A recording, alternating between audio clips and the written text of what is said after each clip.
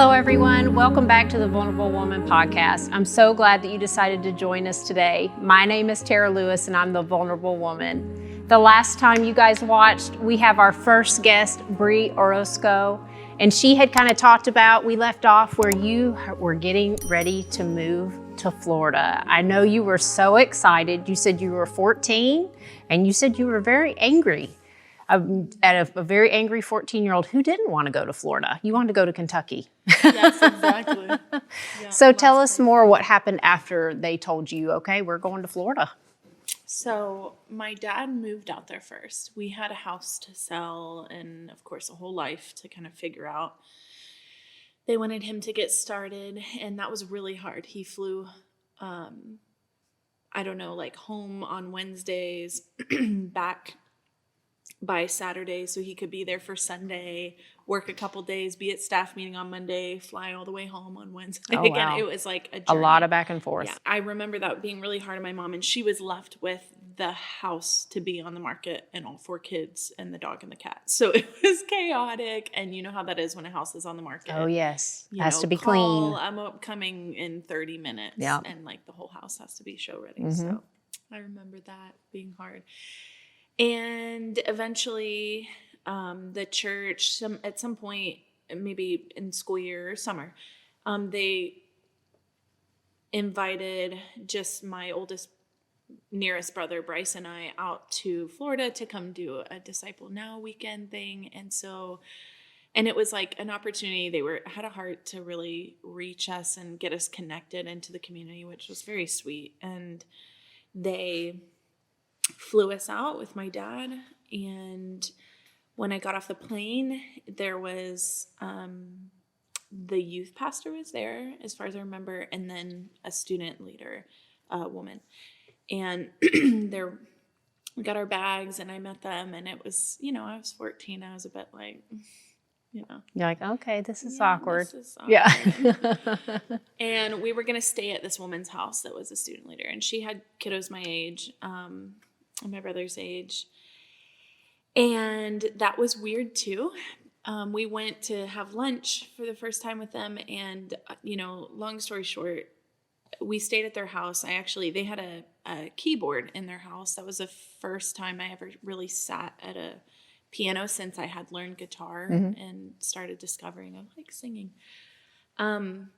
And I kind of taught myself some stuff. So that was kind of a sweet thing. And I got to meet, through the weekend was getting to know my small group. And I don't remember a ton of it other than just kind of being like, this is all, I wasn't like sold on any of it. I was just kind of like, I'm fine, but not, thrilled. Yeah. And I kind of had the impression of the community as definitely, not Texas. If that makes sense. Like there was a lot more retired people, even maybe like more money just in the area because it was a lot of people's second homes or things like that. A lot of yachts and homes on the beach, and that was not at all my cup of tea. And of course that wasn't going to be my personal life even there. So I was like, where do we fit in all of this? You're going from horses and belt buckles to flip-flops in the sand. Yeah. Yeah. So that was an adjustment. So anyways, that was like kind of the beginning, and that person, she ends up being really significant in my life throughout. So she was kind of the first face I saw when I landed in Florida. So eventually, at whatever point we move out there, I remember my dad had to drive his car to get it there. At some point, he was like, I'm here. And it's, in the last few weeks, we were just kind of like, we'll get there when we get there. Right. My mom, it was a Suburban. None of us drove, obviously. And the dog and the cat and all 4 of us, all by herself with a huge U-Haul in the back. And how old was Seth at that time, like the youngest? Do you remember? Maybe 7. 7. So 14 to 7 in there. Yeah. And that's a long trip. It is. And there were funny memories about that. We broke down on the side of the highway at one point. She was all by herself. Oh, gosh. And that we had to like drug the cat because he was a nightmare. He was like trying to get under her feet while she's driving. Oh, gosh. Like, it was crazy. So anyways, that was, crazy. I remember as we were driving into just the amount of palm trees, and I just remember thinking, this is a joke, right? These people plant these here. Like, there's no way this is real. I don't know why. I just thought, like, everything's just Disney World here. None of it's real, kind of thing. So, Yeah. anyways. It's what you see on TV. Right. People don't really live there. That's what I thought. It was crazy.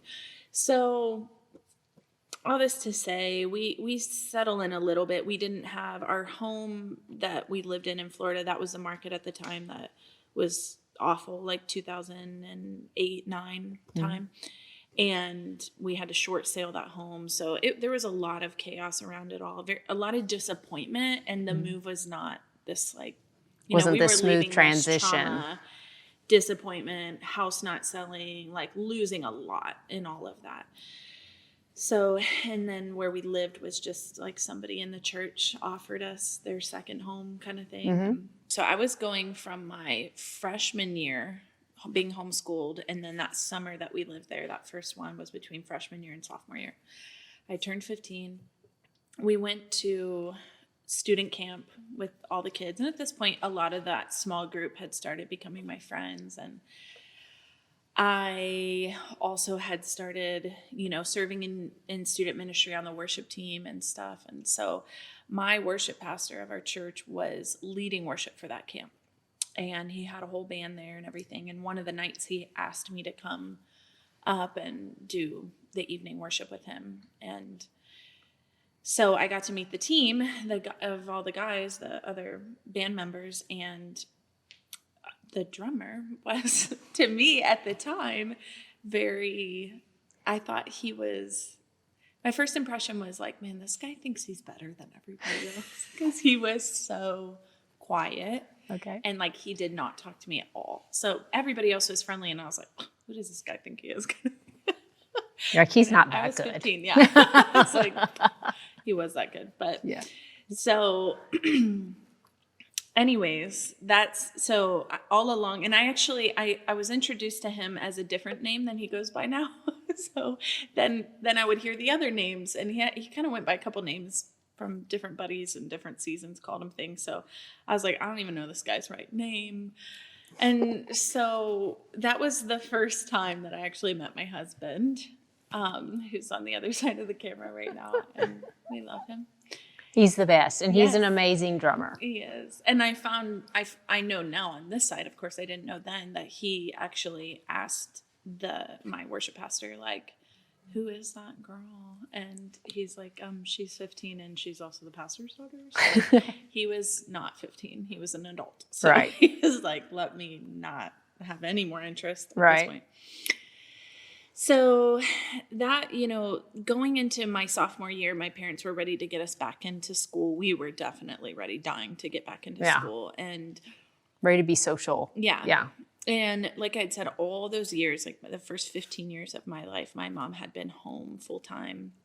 She did like side jobs and stuff here and there, decorating, but that was mostly all of her world. And we were all pretty used to that, and it was nice. But the schools in Florida were very different than they are here in Texas. So my parents made a lot of sacrifices to get me into a Christian school that was the same school of this other past friend, her kids and all that. So we had connections there. They gave us a pastor's discount, but she planned for all my brothers to go to public school, and she was going to get a job to kind of support me going to this Christian school. So you went to the Christian school, and then your brothers went to public. So I think this school started like a week before or whatever. So I start school there. And during the week that I start school there, my brothers have like orientation for their other schools and middle schools and elementary schools.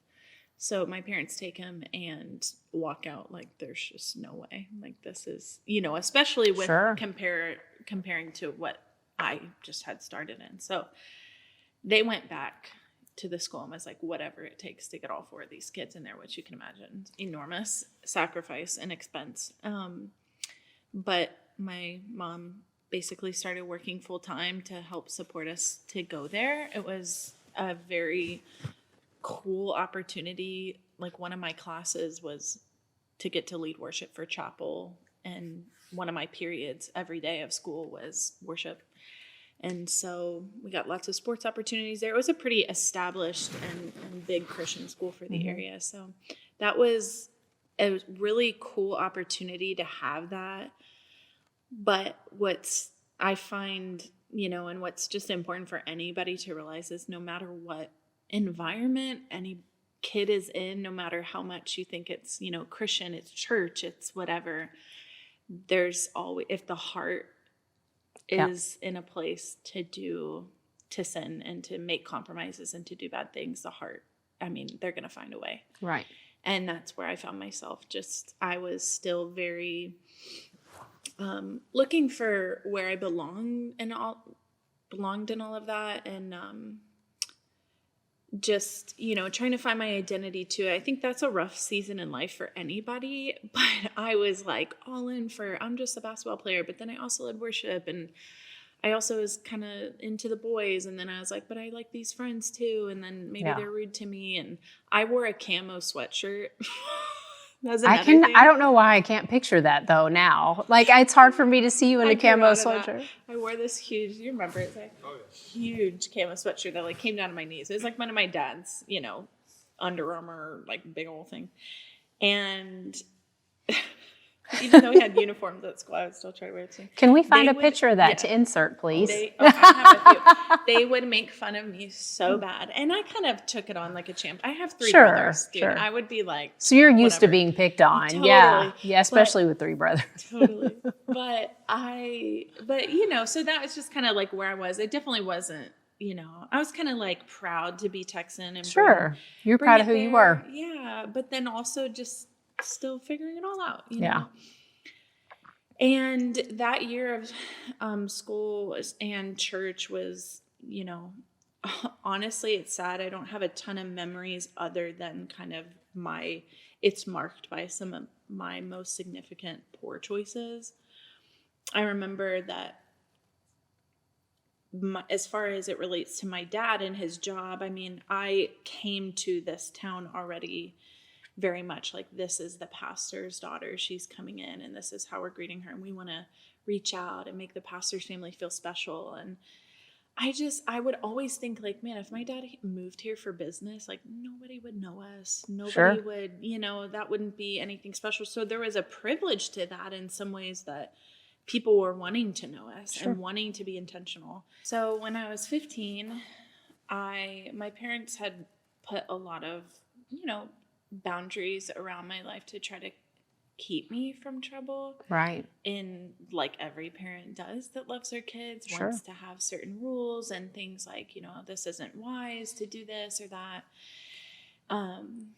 A lot of it had to do around boys, because I had already had secret things that had come out over the years, and they were like, obviously you can't be trusted. And I couldn't be. I was totally lying a lot. But one of the specific things was like, never ride alone in the car with a boy. Certainly at this age, I was, I couldn't even drive myself. So somehow I end up, at a friend's house, and we're hanging out, and I think I had told my parents that some friends were going to bring me home, and I can't remember all the details around it, but I knew I was going to be alone driving with this one guy. And he was home for the summer from college, so he was a lot older than me, but he had previously been in our youth group. So he was familiar with, I was familiar with him. He was a friend, but he was 18 or 19 when I was 15. So, when you're probably thinking, he's from church, he's a good guy, he's nice. My parents are way overthinking it, right? That's what I know for me as a kid. I remember thinking that, like, my parents are being way too overprotective. I thought totally.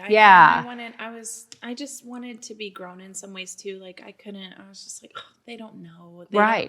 Like, times have changed. Who knows what? I felt at the time. We think as teenagers and middle school or whatever age, we all think we know everything. Totally. And then you become a parent, and you're like, oh, I didn't know anything. Bless their hearts. Bless their hearts, for sure. So basically, I say all that to say that my parents had a heart to protect me, but I saw it as something that was holding me back from, something. And so I made the choice to go home with this guy, and I became a victim of assault. And that was obviously extremely monumental in my life at that time, devastating and very scary. I didn't know how the heck I was going to get out of that situation, like even just to process any of it. Like, how could I keep all that to myself? And I was a scared kid, Yeah. And so I think that I felt so much shame around it all. And I didn't have the education at the time that I do now to know that children can't consent, that there's no option for that when there's an adult and a child like that, because I saw him as a friend and I should have listened to my parents, but I had been flirting with him and I was kissing him. So I thought, like, I certainly invited this upon myself, although I can say to this day, and I knew then, that I knew I never wanted what happened. And so I think all the pressure, in addition to the reality that I was a Christian, and that alone was already something that was really, I felt shame around, like, how did I end up in this place? My family's purity ceremony for me and all those things were on the table. Additionally was the pastor's daughter thing. And like, I could make my dad lose his entire job, our whole life, our family could be ruined from this. And that's how I saw it at the time, was as if, like I had done this horrible choice. I tried to take as much responsibility as I could. So eventually, I about just bursted at the seams, with guilt and shame of it all, and told a youth leader on the phone that was one of my old ones from Texas. And she told me, if you don't tell your parents, I will. And so, and in a supporting way, she's like, honey, you need to tell them. But if you don't, I have to, and love, like, I have to, you're a child. Sure. So that was hard, but, eventually I told my dad, and that it was one of, I think both sides telling my dad and it all happening was nearly equally as traumatizing, because it just was so painful for everybody involved, So I think that day, and as I'm processing more in counseling, I really, it started for me. I had already struggled, with really like wanting affirmation in relationships and stuff and trying to have secret boyfriends. But from that moment was pretty much a big marker in, for my future of, I started feeling like it was all meaningless now. I felt worthless. I felt like, to be, told just get in the back seat. All of it, all the parts of it felt so icky and dirty and like shameful and embarrassing. I feel like it only perpetuated my like inner isolation and secretiveness, and then just, if anything, feeling like that was the only option for me moving forward for validation. I felt like I could never go back. Like, it had been messed up for me. I was already done and crossed that line. So now I can't ever do it right again. So this is just the kind of girl I am. And from here on out, you had accepted that had made you that way, and there's no way to fix it. Right. Yeah. You felt broken. I did. Yeah. And just, so that, unfortunately, that was just a big theme in my life, is finding myself in relationships that always, and I even remember telling my dad one day that I didn't know why I had all these friends that these guys would call pretty and beautiful and they're so cute and whatever. And I remember saying, like, they only call me sexy. And that hurt me. Like, I didn't know why that was. I wanted to be cute and pretty and beautiful also, but I felt like then that just became, I had to kind of own that in a sense. Like, well, that's how they see me. If that's how they see me, that's how I'm going to be. Yeah. So that just became kind of somewhat of a narrative through my life and my story. And,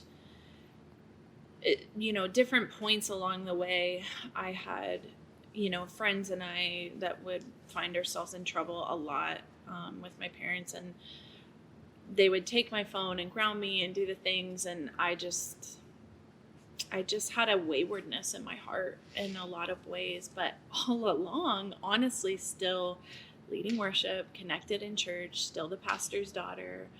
I hated my youth pastors. I felt like they were all bums all the time. So that was hard too, because some of them were coming and going, getting fired, getting whatever. So I just never had a grounding there. But otherwise, with that friend group and with that one specific leader, all along was really pouring into my life and caring about me. And her too, she, I was close with her daughter, and her daughter was a very good girl. She wasn't a girl that I went and got in trouble with. So when I felt like I was wanting to be a good girl for that day or whatever, I would hang out with this friend, and she was very sweet. And I think that's the crazy thing, is that I still loved the Lord, and I still loved Jesus and appreciated him, and was drawn to wholesomeness and holiness and wisdom and the blessing of wise choices. But for whatever reason, I turned back to that familiar, broken stuff, Yeah, you have the love for God. That never changes, but you had a hurt. Yeah. And sometimes to hide that hurt, we go back to the brokenness to drown it out. Yeah. And it doesn't mean when you're going through a hurt and you're feeling broken that you don't love God or you don't love Jesus or you don't have a passion for him. It just means that your heart is hurting and you're trying to drown it out. Yeah. For sure. Yeah. Trying to drown it out. That we come to, we reap what we sow, in a sense. We come to expect these things in our life that feel familiar and it comforts our brokenness, which is really sad. And I learned that now on this side. Of course, I had no language or awareness for that then. Yeah. So, so that friend, her mom, she cared a lot for me. She poured into my life just by letting me sit on her kitchen counter, and talk to her and come over anytime. And she'd come and take us out of school, because we went to this private school together. Take us out of school, take us to the beach, take us to Olive Garden. She was just fun, and really invested into me when, a lot of other people either didn't have the time like she had or whatever. So she just loved on you. She did. And I don't know, I felt that, at times I think I would feel like, oh, she's just doing this because she wants to be in with my parents or something. Right. And, I know now that's so dumb kid stuff, insecurity. I also knew she was on to me, probably.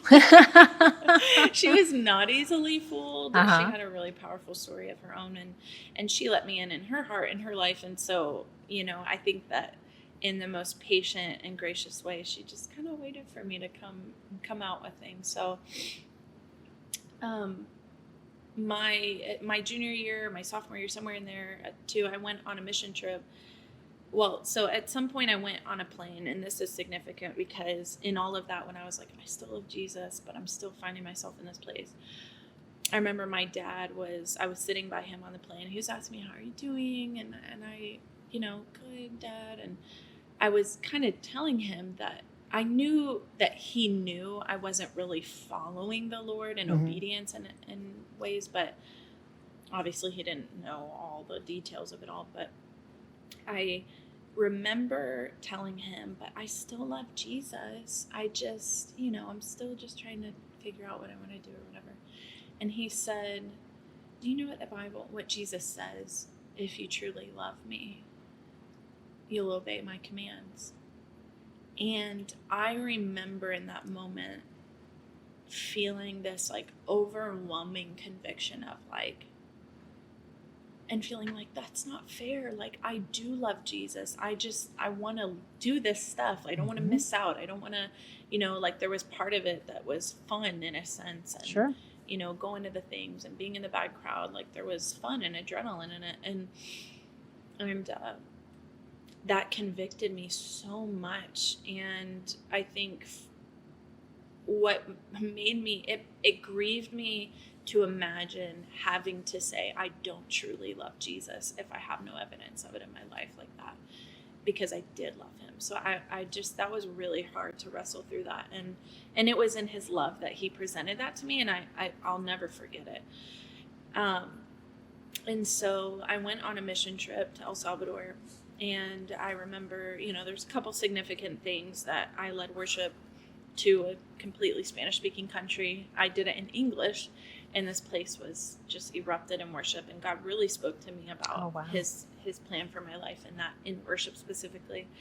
But he also said to me in the middle of worship, and this was like the first time that I remember hearing God's voice just like audibly in my head, and he said, "Isn't it better following me?" And because in that specific time, and certainly in that week, lost in mission, mission trip world, I'm like, I'm all in, God, I'm like rededicating my life. It's kind of like youth camp. Yeah, exactly. Yeah. The high of, it Well, all. you're surrounded by it constantly, Totally. and you have people around you who are lifting you up as well. Exactly. Yeah, And so it's a little easier. Normal life. So like the normal temptation isn't there, so I'm like all in, And but that was so meaningful to me too, to hear his voice. And I just remember, I'll never forget that too, because and the whole worship thing, he said, "This is what I made you to do." So that was a significant time. Fast forward to senior year, and I was at this point, because I was a senior, there was no leaders above me that were leading worship. I was mainly the main worship leader at school. I also, was doing that at church. My worship pastor was developing me in that, and had a lot of fun opportunities for that. And I also had a secret boyfriend that was not Isaiah, but he was also a drummer on our worship team at church and at school. So we hid this from a lot of people. So we had all school community, all church community, all of that. And it was not good. And it was very abusive and very toxic. Very, very, very dark relationship for me. And I remember just trying to process and figure out, like, I knew in my heart, this was so yucky and just so bad, but also I wanted it in a way, and I didn't want out of it. Like, it wasn't bad enough for me to get out, and I felt I didn't have a way out, because even to ask for help to get out would have meant me confessing where I was at with all of that, and the risk of that, like the weight of all of that, I felt there was just no way I could. So one day I'm at school, and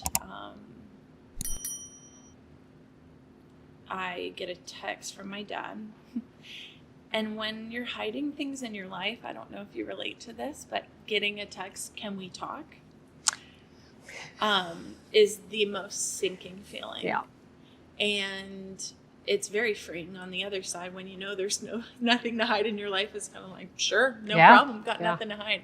But I was sick. I had a very, very sick feeling, and he said, knew "I you need had to things call me." hidden, and when they say, "Can we talk?" you're thinking, "Oh no, about what? What do you know?" Exactly. Yeah. I knew. I was thinking, so either somebody died, or he knows. So he just asked me straight out, like, there's, it's just like, "Hello, and did you have sex with this boy?" And there was no, at this point, I just felt like I'm going to try to minimize this as much as I can. I knew, for whatever reason, I remember I said, "What?" and asked him again, because now I'm thinking, how the heck am I going to Right, your process, make him repeat it so that way I can come up with what I'm going to say. Time for a second. And he's like, "You heard what I said." And asked me again, and I remember I was just like, "Not really." And he's just like, "That's," he was obviously incredibly upset, and I didn't know how he knew, how he found out what happened.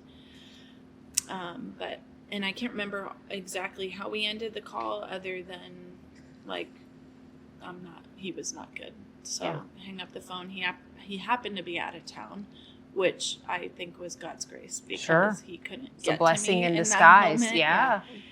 And I remember I just started basically falling apart. I went to the bathroom and called one of my mom's best friends, actually, because I wanted to tell my mom, but I felt too scared, and I had a feeling my dad was going to get a hold of her before me. So I felt like I had to find a middleman in the middle of it all to catch, like, I want to share my side of the story, because I didn't get to share with my dad. It was just like I had to answer him. So I start, telling her I'm crying in the school bathroom, whatever, and I come out and, everybody's in lunch, and I see this kid, and I tell him, my dad called me, and he's, he asked me this, and he told me, he said, if you ever tell, I'll hate you forever, is what he said. And I remember at the time feeling like, well, I didn't tell anybody, like, this is, it is what it is. And I'm sure it felt very confusing a little bit. Yeah. Like nearly like devastated, like hate me forever. Like that was like the worst thing that could happen. So really from there was a lot of, as you can imagine, I mean, by the time that, I think, I can't remember how my mom found out and when my dad got home, but it was not good. It was a very, very hard, very painful thing for everybody. I think it re-triggered kind of some of the other stuff in the past too. And like, I can't believe we're here again. And, so,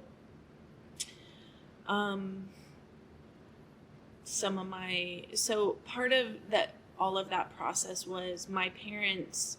I think in the beginning I was really trying to minimize, like I said, and kind of get out of, like feeling the pain of how painful and tragic the whole thing was. And eventually, and my parents kept pushing me back on, like, you've got to stop making excuses for it and just own it for you to ever face your true brokenness, find true brokenness, and let the Lord rescue you in that place. And that was hard, of course, because it's painful to face our sin. It's like I always say, it's easier to bury it away and put it in our nice little box and push it down than actually pull it out and deal with it. Because then we have to actually face the hurt, face the decisions that we made. And those are not easy things to do. No. Even though you are going to God with it, it's still there. Well, and now, I remember in the middle of it all, I would talk to the Lord and just ask him, like, just take it away. Like, I just wanted it to be taken away. And I basically asking him to rescue me out of it, just the whole relationship in general. Because, it was just so bad. Save me from this situation. Yeah. And I feel like it was, sometimes getting caught is the most gracious thing that God could ever do to us. And I've seen that in, other people's lives, and it was certainly the truth for me in that time. I don't know that I could have ever found the courage to get out myself. So he loved me enough to do that. And you don't see that then. No. But you see it now. Yeah. So, there was a lot of at that point that my parents had got some counsel too, because I was, at least how it was seen at the time, was just completely out of control child. They called it like jail at home. They took away everything from me, like my makeup, my phone, my everything, and made me sleep on the couch in the living room instead of my own bedroom. Like, any privilege I had of privacy, of anything. Yeah. It was like, we cannot take our eyes off you. You're going to go to school and you're going to come home where we can see you all the time. So, in the middle of all of that, my dad asked me to share where I was at with my worship pastor and my youth leader, because he felt like I was in a place of leadership in those things. And I think his heart was for me to be held accountable, which I think is good. But I think that, and he would say this now too, that to share the details maybe wasn't necessarily totally necessary for my dignity or just where I was at my heart. But that was the ask of me because it was part of my coming to my own brokenness and owning where I was at. So I shared with my worship pastor, and he was pretty gracious. I mean, he was like, this is really disappointing to hear this because I've put a lot of trust in you and you've been fooling us for a while, and obviously going to have to figure out what to do with this other kid because he was a part of all these things too. But well, I'm hearing a leader say disappointed. Yeah, he was disappointed. And that's a heartbreak too, because you feel like you let somebody down. And he was my worship pastor, and he had poured a lot into developing me, and he meant a lot to me in my life. So yeah, it was very, very painful. Yeah. I sobbed in front of them. I mean, I was mortified, of course. Sure. And kind of, I didn't have to tell them, minute details, but I had to tell them what I was doing, and that was horrifying. So then,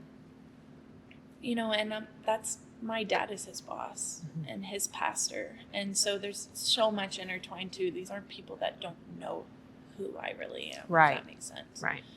So, but he was, he was like, hey, this year, I want you to sit off stage and I want you to serve in tech. And I think it was fair consequences for it all. There was nothing wrong with that. I don't have any issues with it.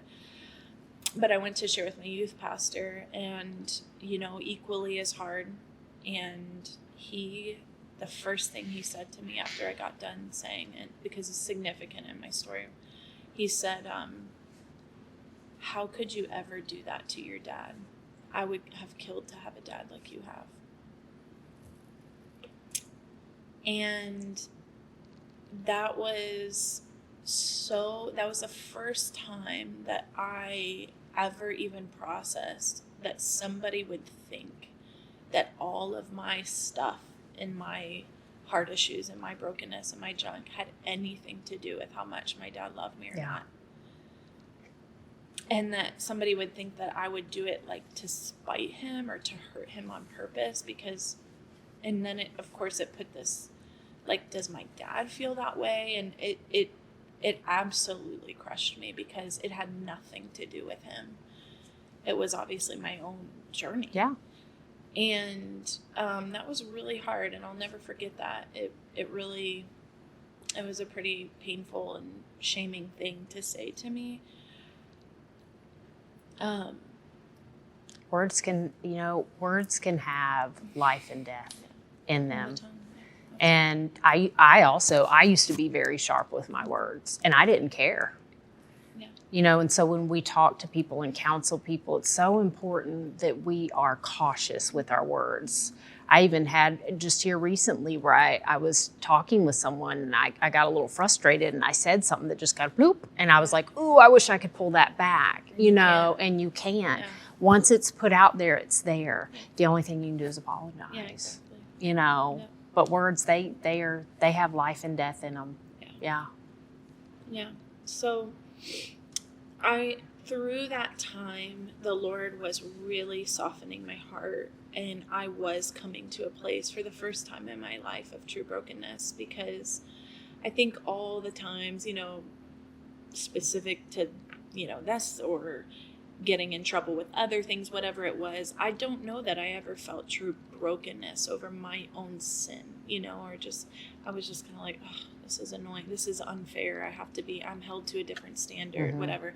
I just made excuses and kind of dealt with the consequences and moved through it all, just kind of hardening my heart even more, I guess. But I really did. I started really feeling the weight of my sin in not even just that, it was an abusive relationship, and some of those things weren't necessarily my choice, but and that's where I kept kind of going to, and where it held me back from brokenness. And what God showed me was the fact that I desired and chose to be in a relationship like that. I had already gotten so far in my sin and my stuff that I would even entertain something like that. I obviously was so far from God's best for me, and lying and deceiving and sneaking and all these things. So, and that's where I really started to own that and go before the Lord, like,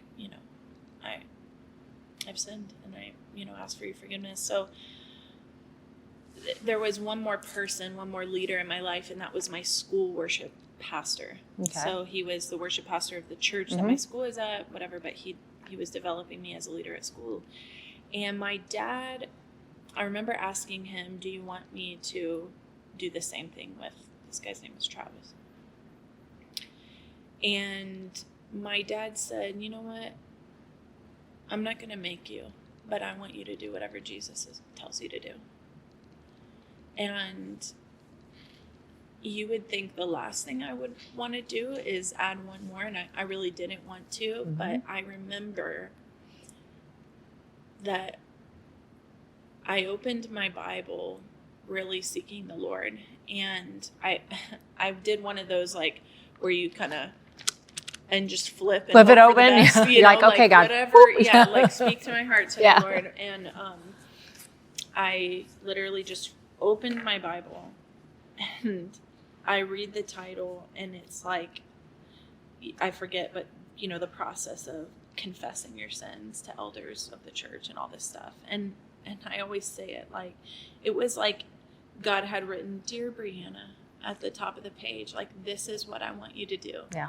And I felt so convicted. And it was one of those moments again where I'm like, I'm hearing from the Lord through his word, which is so encouraging.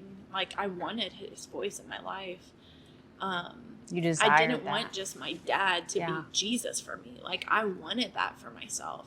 And so to hear him in that moment, I was like, I'm going to do it. Like, he spoke to me, and I want to be obedient. Like, Lord, I've done enough. Like, I want to obey you in this. So I decided to go to my school pastor, and, you know, I tell this kid that's still at school with me every day, I'm going to share this with Travis, and just want to let you know, because it's going to affect you too. This is, you know, exposing your side too.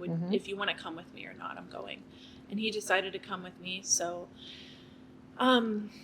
we sit in the office, in his office at the church, and I'm beside myself, as you can imagine. I'm, you know, crying, and it, you know, takes me a while to even get the courage to really truly confess, like, you know, over the last several months, this is what's been going on. And the kid that, you know, the other half of the story, was sitting behind me and just throwing a baseball up and down in his hand, like completely disengaged from the conversation. And whenever I share, the worship pastor kind of sits up in his seat, and he's like, "Thank you for sharing that with me." And one of the things I had said was, I'm in a place of my brokenness that I'm willing to accept whatever consequences you see are what I need, because I really want to, you know, I had already, like, this is like a few weeks into this journey of getting caught.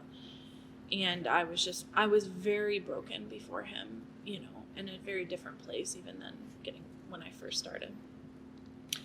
And he said, you know, "Thank you for sharing with me." And he was like, "Hang on, Brie." And he starts laying into this kid behind me, and starts, like, really in a very spiritual way, just kind of like calling him out for. And that was not my intention whatsoever. Yeah. Like, I was going to go by myself regardless. Yeah. And he's like, you know, "I know that you're probably a porn addict, and how dare you?" And he's just going on. And he eventually gets to, he's like, "I'm not going to do anything for you, Brie. This kid, you're off the stage, but I will take a broken and repentant heart on my stage any day over somebody has that much arrogance that they can sit back there and toss a baseball like that, unbothered by this." Wow. And I basically sat there with my jaw on the floor, because I was expecting shame. I just gone through it with this pastor. But I was prepared. I was like ready for, you know, this is what I deserve. This is all part of the journey of getting, you know, to a place of freedom from all this stuff. And that was one of the most impactful things in my life, and it impacts my ministry to this day, and part of my heart for, you know, who I put on my team and all those things, because And I say the exact thing to people all the time. I will take a broken and repentant sinner any day up there over somebody who thinks they're perfect, or thinks that they don't have anything that's wrong with them, or that they're better than anybody else. And it was so impactful for me and such a blessing. It met my heart in a place that I felt like God also just honored, in a sense that, like, he saw that my brokenness in the places I was in, and just kind of like honored that in a sense, and gifted me that, like, it doesn't always have to be all this shame for you to get it. Like, you're obviously getting it right, and like, here's this gift in a sense. So even though I was off stage at church, the grace of the Lord and this precious pastor allowed me to do that. And it gave me a different perspective for the grace of God, that really there's no point, there's no person that deserves, there's no, righteous living, nothing can deserve you that privilege, to even know the Lord the way that he allows us to. But just this beautiful picture of his mercy that's like, and he allows us to get to do these things, so, and to get to know him and have access to the Lord, through him. And so my senior year was really marked around this event. I think that this was like around Christmas time, and really the rest of my senior year, those last few months, was just a journey with the Lord of trying to, like, okay, I think I want to follow you. Like, I think that I'm over all this. And I know that's pretty young. Most people like live all their years in college and whatever. And I still had some journey with that, because I kind of want to, move through that part quickly and shorten that, because I still had seasons of, after graduating high school, like, wanting to experiment with things, and but I didn't get to try this. Maybe I want to do this, and still found myself in some dark places. But we're all still human. Yeah, and it was like along the journey, it was less and less though every time. It was like it started not doing the same thing for me anymore. I started, I would find myself in that situation again, and then just be like, man, it's not as fun anymore. It's less satisfying, and I really longed for more of the Lord. And so, I graduated high school and decided to stay home. I had a couple different college options and was like, I just want to work. And I knew I wanted to get married young one day. And I'm like, let me just start working on that now. And so Isaiah came back in my life, which was interesting. Along the ways, we would see each other at different youth events. Of course, I was still a student, so nothing ever happened. But after I graduated high school, we started connecting again more. And it was actually, there were some, the beginning of our relationship was not God's best for us either. It was a lot of the same that I had in my life. But we both did love the Lord, and there was a lot of, dysfunction and all of that. That was like, we love Jesus and we feel so guilty, so like, let's go back to church together. Like, it was all intertwined and weird, but just because you follow God doesn't mean you don't struggle with fleshly things. No. And we were kids in a lot of ways, and it's like we just didn't know. And that's the grace I extend to us, is like we were just very young, and trying to follow the Lord, and also, like, we know this is wrong, but we're still choosing that too. And so lots of that, but it was really him in my life that helped me grow up in a lot of ways too, because he was older than me. And I remember there was a specific thing that a habit I had that was worldly and yucky, and he was like, yeah, I think it's time to grow up. You should stop doing that. And I admired him so much. I was like, sure, no problem. Like, he was like, that's so childish. Let's not do that.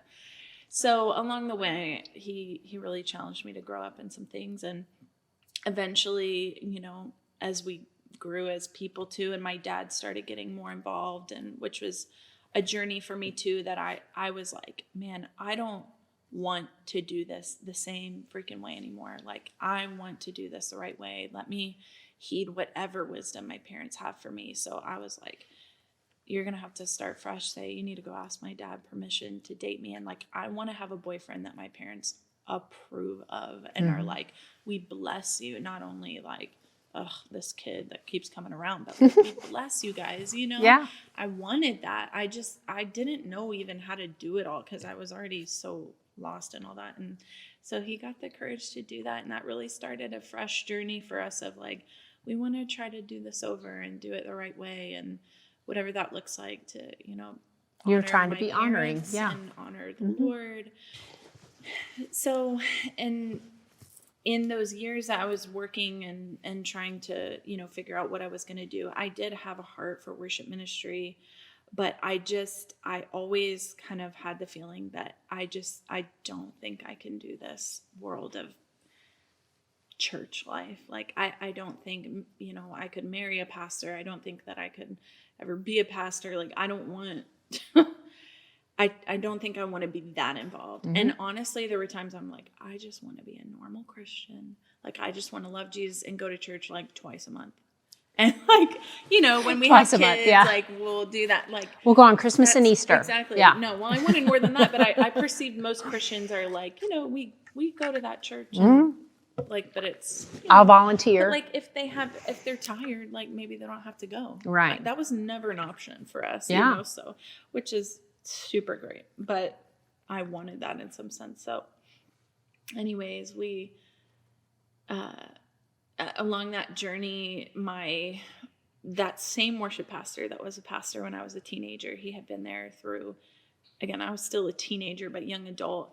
Through that time, Isaiah and I started a young adult and college ministry with a friend of ours and his wife. And so we were like developing and raising these leaders. This was, while I was in college, was the first DS1 that I ever went to. So that was, you know, over 10 years ago, a discipleship training basically, and showed me like the method that Jesus did with his disciples and like the mission that I had now to make disciples. So it was an exciting time. It was very purposeful. So we were doing this young adult ministry in this like very vulnerable and cool way, you know, small group style. But we raised a worship team. We started in like a room of a room, like an offset, you know, it had like the kitchen. Yeah. Like that's how many people we had. We would pass sheets of paper around the room and I just like play guitar and they'd read the lyrics off the thing. And like in a year and a half, the ministry exploded and we raised up like a whole worship team and tech team and photography team. And like we did it all for free and by ourselves with our friends. Like we had a couple friends in that season of life, like engaged. And eventually Zay and he asked my dad to marry me and my dad told him not yet. And so that was interesting. Zay will have to tell that story more one day, but he basically told Isaiah that, you know, I see some boyish tendencies in you and I want to help you become a man. And that was, it like crushed me at the time because I really wanted to marry this guy. But well, I'm sure it crushed him too. Like, because it takes such bravery for a guy to go ask the girl's dad for her hand and then to be told, not yet. Yeah. He was, I mean, he basically said no, but he was like, I'm not saying you're not the guy. Right. Just now is not the time. Right.